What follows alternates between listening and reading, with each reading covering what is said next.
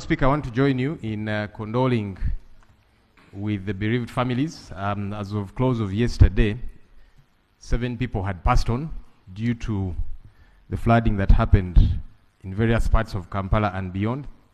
With your permission, sir, hopefully at some point we can observe a moment of silence for in fact, I these wanted Ugandans. to say that we can do it now. Okay? If we could do it now, we observe a minute of silence and then Rob can continue.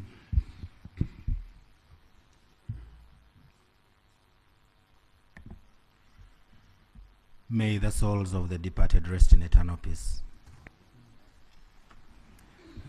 Thank you, Right Honorable. A couple of days back, we were here and we were discussing the heat wave, which had become very problematic. Some colleagues here reported of deaths in their constituencies. People were collapsing and dying because of the extreme heat. And we're tasking government to deal with that situation, update the country on what ought to happen and so on. Now we are on the opposite side of the lane with very heavy rains that are causing flooding. As we have mentioned, 7 people died as of yesterday. Myself, in my constituency, I lost 3 people. 2 people in Mulimira zone, that's Bukoto, a 3-year-old child and an 11-month-old baby, another in Banda, and of course different parts of Kampala. I want to implore government, to reach out to the affected families, the bereaved families. There are several that are now displaced. We are trying to find shelter for them in churches, in mosques, and so on, and take care of them from there. We are hoping that government comes in because many are not able to stay in their homes currently. They are still flooded. Others, were affected heavily. I hope that the Ministry of Disaster Preparedness, in conjunction with the Ministry of Kampala, Capital City Authority, will come in to intervene as quickly as they possibly can. But away from that immediate intervention, and I hope it will be immediate, Right Honourable Speaker, I think that government needs to update this House on what's happening to avert these happenings, because the causes are known. Poor drainage. We see buildings coming up in Kampala, every corner. There's different structures coming up. We don't know who approves them. Many of them have not planned for drainage. We see, Right Honourable Speaker, we have seen KCCA and government go after some poor people in areas like Luigi and so on. But then there are powerful people that are not touched in the likes of Namamve, which used to be a water catchment area. But it is entirely gone. We are seeing factories, hotels, and so on, approved by government. So we don't know whether it is encroachment on the environment and on wetlands when you are poor, but when you're rich and powerful, it is okay. Because all of that is the effects that we are facing today.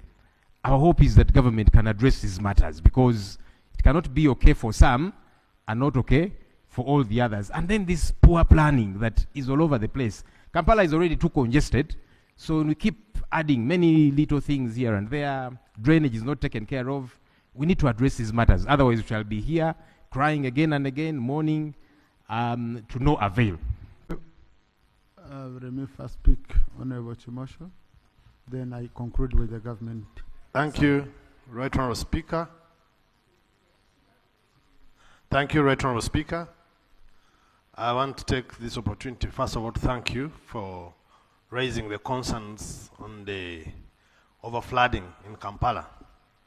And regarding the issue that you raised on the work that we've been handling, we were majorly handling the Lugogo flooding, and the report is ready. So when you have us time, we shall table the report. But, Right Honourable Speaker and Honourable colleagues,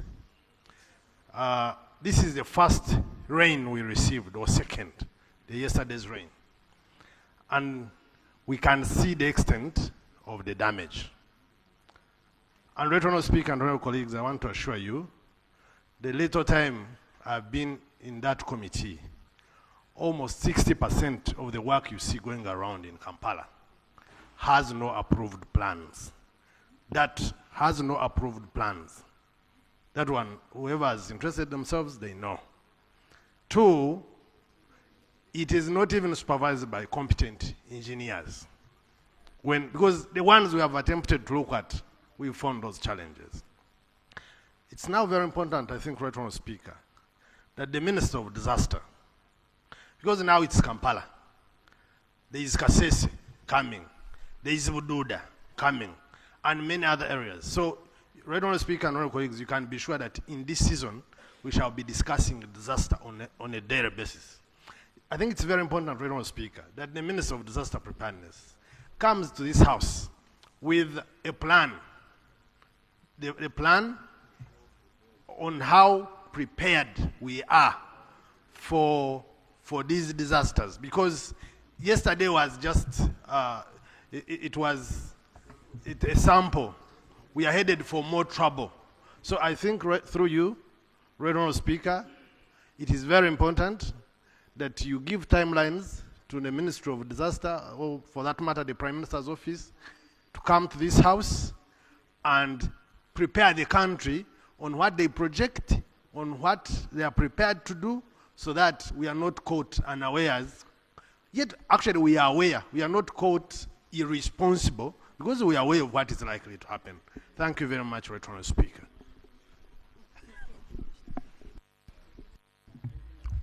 Thank you. No, there is no one on the floor, Honourable Chibadia. Yes. Yes. Honourable Chimosho, on the issue you've raised, I think it will be very important now for the sector committee to interrogate it further, because these are issues to do with funding sometimes and all that. So the Committee on Presidential Affairs should interrogate that deeply when they're engaging with the Office of the Prime Minister. And then on the issue of the report, I'm going to cross-check with the clerk. We see when we could get for you space on the order paper, if you have submitted it already. Let me first get a response from government to issues raised. Right Honourable Speaker and honourable colleagues, subject to your further guidance on the subject matter of what we are experiencing at the moment, I wish to put the following facts to the House. First and foremost, to condole with the families that lost their dear ones in yesterday's floods occasioned by heavy rains. Right Honourable Speaker, the Ministry of Water and Environment recently briefed the country comprehensively in two fronts. One, they explained why the 3 months of December 2024, January 2025, and February 2025, the country experienced dry conditions and high temperatures. They even went ahead to explain or project how the 3 months of March, April, and May would look like. I want to start with the past and come to the present. On the question of the dry conditions and high temperatures, they attributed them, 1, to natural factors, and 2, to human factors. The natural factors are scientific in nature. What I picked from them, number 1, was the influence of tropical cyclone in the Indian Ocean. That was the scientific explanation why the country was very, very hot in the 3 months of December, January, and February. Point number 2 was the position of the sun. And scientifically, they explained that during February specifically, the sun moves closer to the equator. And as we are all aware, equator directly crosses our country. That is why it was exceedingly hot. The other scientific explanation, Mr. Speaker, was what they termed as urban heat island effect, where they explained that cities and large towns experience high temperatures. Government Chief Whip. You see, right, Honourable Speaker. I'm sorry for interrupting, sir. Okay? Yes. Our issue is not the causes and what. Okay? Our issue is the mitigation mechanism. Because all this you have repeated here on the floor several times. Our challenge is, when all these the scientists knew were coming, what did they do to mitigate their effects on the population? That's, if you could just help us on that. Because I remember the Minister for Environment sometime back, and also Minister for Disaster, had brought all these issues here. Right, Honorable Speaker, when we keep dashing to mitigation without tackling what are the root causes, we may be treating symptoms and not, in my humble opinion. No, I said they had already been brought here. Okay? The Minister for Water, for Environment. Okay, with your permission, Yeah. let me alert the country that still the month of March, April, and May will be characterized, according to our scientists, by isolated thunderstorms, strong winds, lightning, hailstorms, heavy rains. This fact must be stated, Right Honorable Speaker. On the question of mitigation, because some of them are natural in nature, on the question such that we prepare, we need to prepare ourselves that from what we're experiencing, we may even go to the worst. Right Honorable Speaker, as I speak, the ministry in charge of KCCA, Office of the Prime Minister, and the agencies that do help us when such disasters occur are meeting in order for them to come up with the way forward on what the country is experiencing.